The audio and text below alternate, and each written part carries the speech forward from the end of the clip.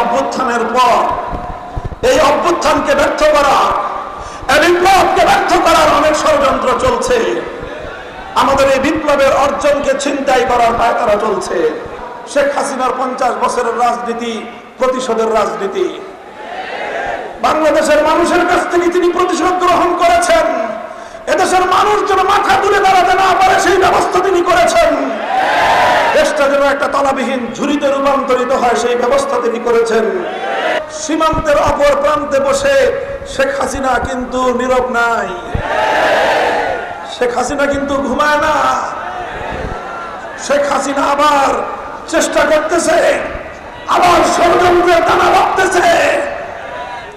আমরা ভারত সরকারকে স্পষ্ট ভাষায় বলতে চাই, বন্ধুত্ব সুলভ প্রতিবেশী সুলভ আচরণ করবেন, আমাদের কাছ থেকে প্রতিবেশী সুলভ আচরণ পাবেন।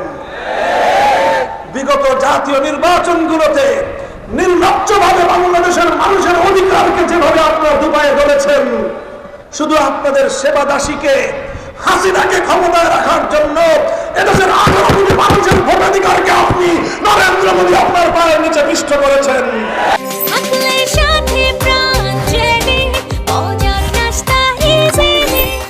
মনে রাখবেন, আমার আগামী প্রজন্মকে ইসলাম থেকে দূরে সরাবার, ইসলাম সম্পর্কে বীতশ্রদ্ধা করে তুলবার যে কোনো অপতৎপরতার বিরুদ্ধে আমরা জিরো টলারেন্স নীতিতে মাঠে নামব। কোন আপোষ করব না। আমার সন্তানকে নাস্তিক বানাবার কোন এজেন্ডা বাংলাদেশে বাস্তবায়ন হতে দেব না। যারা নাটক করত সেই নাটকের নায়ক নায়িকারা এখন আর দেশে নাই। এই জন্য এখন আর সংখ্যালঘু নির্যাতনের নাটক হয় না।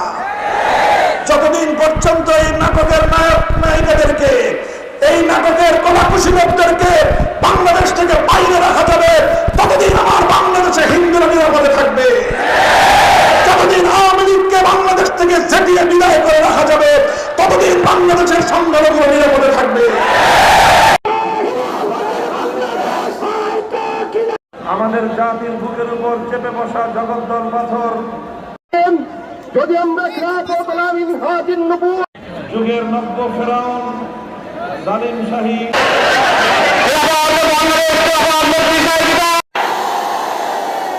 আমরা যেভাবে ব্রিটিশ আমরা বৃদ্ধাঙ্গুলি প্রদর্শন করেছিলাম।